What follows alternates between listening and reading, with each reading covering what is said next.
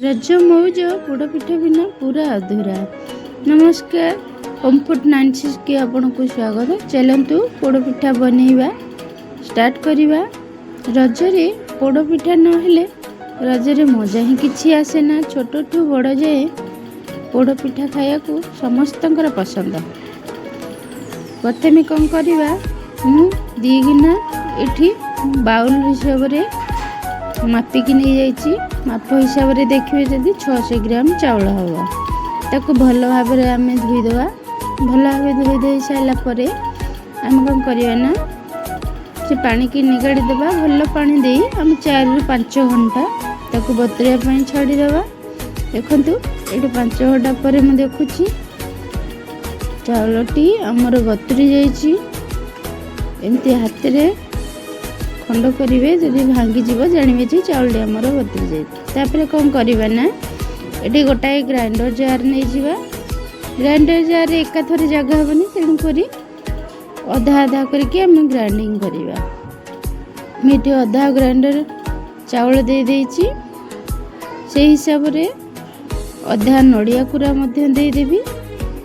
नड़िया कूरा अधा दे देला परे आमे मापरे पानी नवा।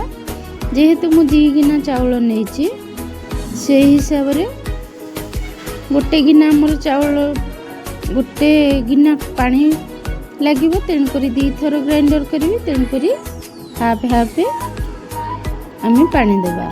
ये अध गिना मु पानी दे देइछि। ग्राइंडिंग करके नहीं आसवा। तापरे आम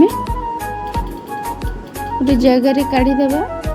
एमती 2 थर मु हाफ हाफ गिना देकी सबू को ग्राइंडर कर देइछि।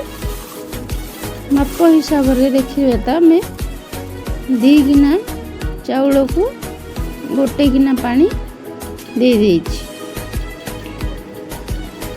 तापर कौन करिवे ना आम पिठा को जंतनी करिया को जीवा।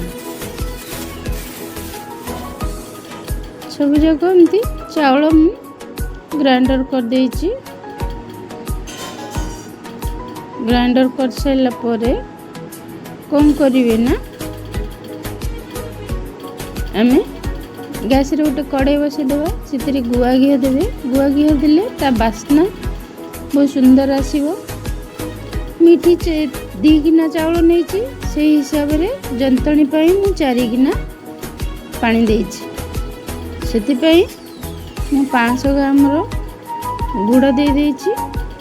गुड़ को आम भल भाव एमती गुलेदेवा। ये तेजपत्र गोटे खंड खंड कर देइछि। आ किछि गुजराती गोलमरीच गुंड दे देइछि। मुझे भाजिक रखी नड़िया और काजू ताकू मध्य देदेली। अल्प अल्प करके एमती गोटे हाथ में चलेबे और गोटे हाथ में आणु को एमती ढाली चलिए। हाथ जमा बंद करेनि नहले पिठौटी मेंढा हो। देखु केते सुंदर भाव में आमर जंतणी प्रस्तुत हो जाइए। जंतणी की एमती लो मीडियम रे पूरा चले चलिए। से गरम अवस्था रे पुणी से कड़ाई रे आम देदेवा कदली पत्र। कदली पत्र दे सारा पर तापर किछि घी देदेवा। तापर कटा होइथिबा किछि नड़िया ऑप्शनल अच्छी, आपन चाहिए दे पारिबे नहले ऊपर मध्य दे पारिबे। एमती भाव में सजेकी आम चापीदेवा। तापर ड्राई फ्रूट को सजेदेवा। काजू नड़िया देकी एमती ऊपर गोटे कदली पत्र देदेवा। तापर आम देदेवा। रहिले।